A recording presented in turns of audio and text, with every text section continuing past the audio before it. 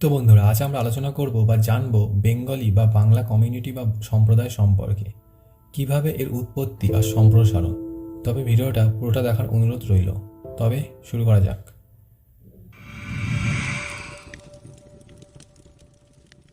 বেঙ্গল বা বাঙ্গাল বা বাংলা, আগে একে বঙ্গপ্রদেশ নামে পরিচিত ছিল। অথর্ববেদ অনুসারে অসুর রাজা বলি এখানেই বসবাস করতেন। মহাভারতেও এই বাংলা অর্থাৎ তখনকার সময় বঙ্গ ডেস্টিনি উল্লেখ পাওয়া যায়।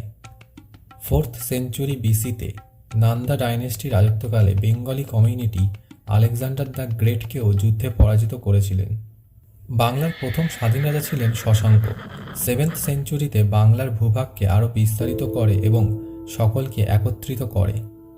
10th সেঞ্চুরিতে এখানে ইসলাম ধর্ম বিস্তার করতে থাকে, আর 12th সেঞ্চুরিতে বাংলা রাজ্যটি দিল্লির অধীনস্থ হয়ে যায়।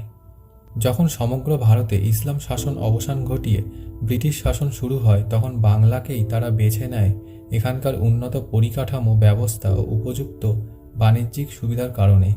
ব্রিটিশ শাসনকালে তারা তাদের মূল রাজধানী ক্যালকাটাকে বানিয়েছিল, যা আজকের কলকাতা নামে পরিচিত। ব্রিটিশদের সংস্পর্শে আসায় বেঙ্গলি কমিউনিটি অনেক উন্নত ও নতুন চিন্তাধারায় বিবেচনা করতে শেখে। ইউরোপের রেনেসাঁসের প্রভাব এই বাংলাতেই সর্বপ্রথম পড়েছিল। বাংলাতেই প্রথম নবজাগরণ ঘটে। নবজাগরণের দূত বলা হয় রাজা রামমোহন রায়কে। এর প্রভাবে বাংলায় বহু ধরনের মানুষ নানা দিকে উন্নত সাধন করতে থাকে। এই বাংলাতেই সবথেকে বেশি নোবেল বিজয়ীদের বসবাস। কারা কারা নোবেল পেয়েছে এই বাংলাতে, তাদের বিষয়ে জানতে চাইলে কমেন্ট করে জানাতে পারেন, সেই বিষয়ে তবে ভিডিও বানাবো। তবে আজকের ভিডিওটা কেমন লাগলো অবশ্যই কমেন্ট করে জানিও, আর কি বিষয়ে তোমরা ভিডিও দেখতে চাও সেটাও কমেন্ট করে জানিও। তবে আজকের ভিডিওটা এটুকুই।